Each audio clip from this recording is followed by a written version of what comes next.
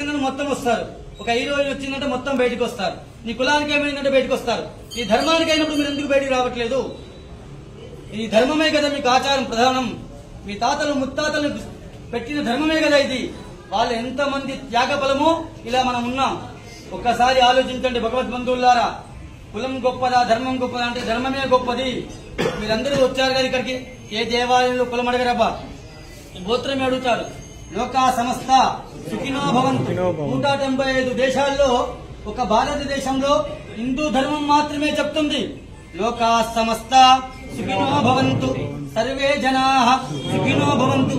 చెప్పే సనాతన ధర్మమే హిందూ మతం కాదు, ధర్మం. ఒకడు మత మార్పు చేస్తున్నాడు, ఒకడు చంపుతున్నాడు. ఒకే దేశం ఒకే చట్టం ఉండేటట్టుగా చూసుకోండి. ఇకనైనా మీ కమ్యూనిటీలో అందరూ ఇప్పుడు గేటర్ కమ్యూనిటీలో ఉంటున్నారు కదా, ఏర్పాటు చేసుకోండి. మీటింగులు సభలు ఏర్పాటు చేయండి. హిందువులందరూ ఏకంగా దయచేసి. లేకపోతే బంగ్లాదేశ్ పరిస్థితి మనకు కూడా పడుతుంది.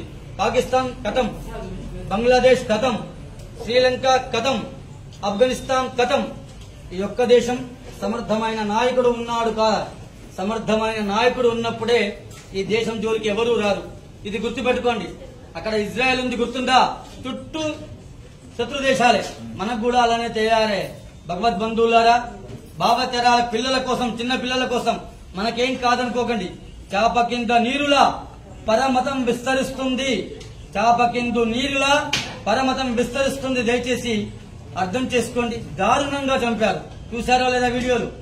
ఏమైనా రాక్షసులు ఎలా ఉంటారంటే ఇలానే ఉంటారు. మీరు చూశారు కదా. అందరూ సమానమే అనుకోకండి. హిందూ హిందూ బాయ్ బాయ్. మనం మెజార్టీగా ఉన్నంతసేపే మనకు బలం. మనం మైనార్టీలో పడితే మన గతి కూడా అదే గతి అవుతుంది, మన పిల్లల గతి కూడా. ఇదొక్కటి ఆలోచించండి. ఈ రోజు ఎమ్మెల్యే ఈ పార్టీలో ఉంటాడు, ఇంకో పార్టీకి జంప్ అయిపోతాడు. అవసరమైతే దేశమే వదిలిపెట్టి వెళ్లిపోతాడు. అక్కడ ప్రధానమంత్రి వెళ్లిపోయింది. అర్థం వాళ్ళకు ఎన్ని దేశాలు? 57 దేశాలు ఉన్నాయి ముస్లింలకు. ఒక్క దేశమైనా హసీనా పేరు ఉంది కదా, బంగ్లాదేశ్ ప్రధానమంత్రికి ఆశ్రయం ఇచ్చారా? ఎవరిచ్చారు?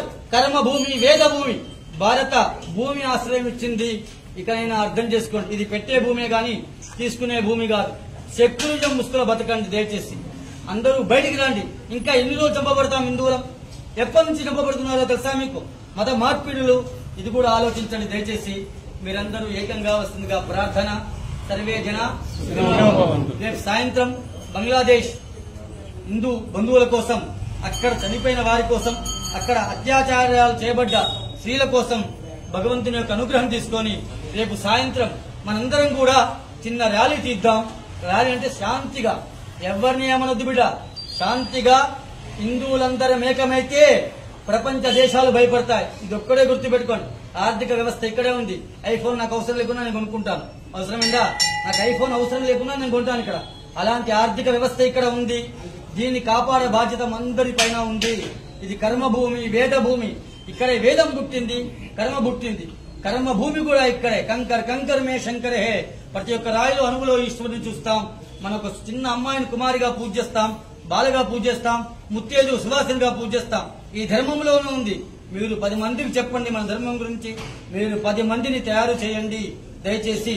మీరందరూ హాస్టల్లో ఉండే పిల్లలందరూ కూడా రేపు సాయంత్రం 6 గంటలకి ఇక్కడ ఖచ్చితంగా అందరూ పాల్గొనాలి.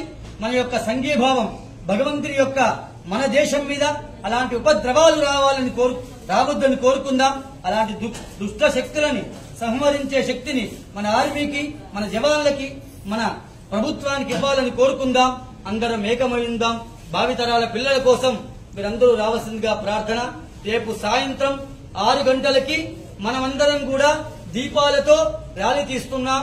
భరత్ మాతాకి జై, సనాతన ధర్మకి జై, జై శ్రీరామ్, హర హర మహాదేవ అనుకుంటూ ఇక్కడ నుంచి గాంధీ దగ్గరికి వెళ్లి ఆయన చిన్న వినయం వినిపించుకుందాం. వారే కదా శాంతి శాంతి అని చెప్పి పాకిస్తాన్ ట్రైన్లో పంపించారు.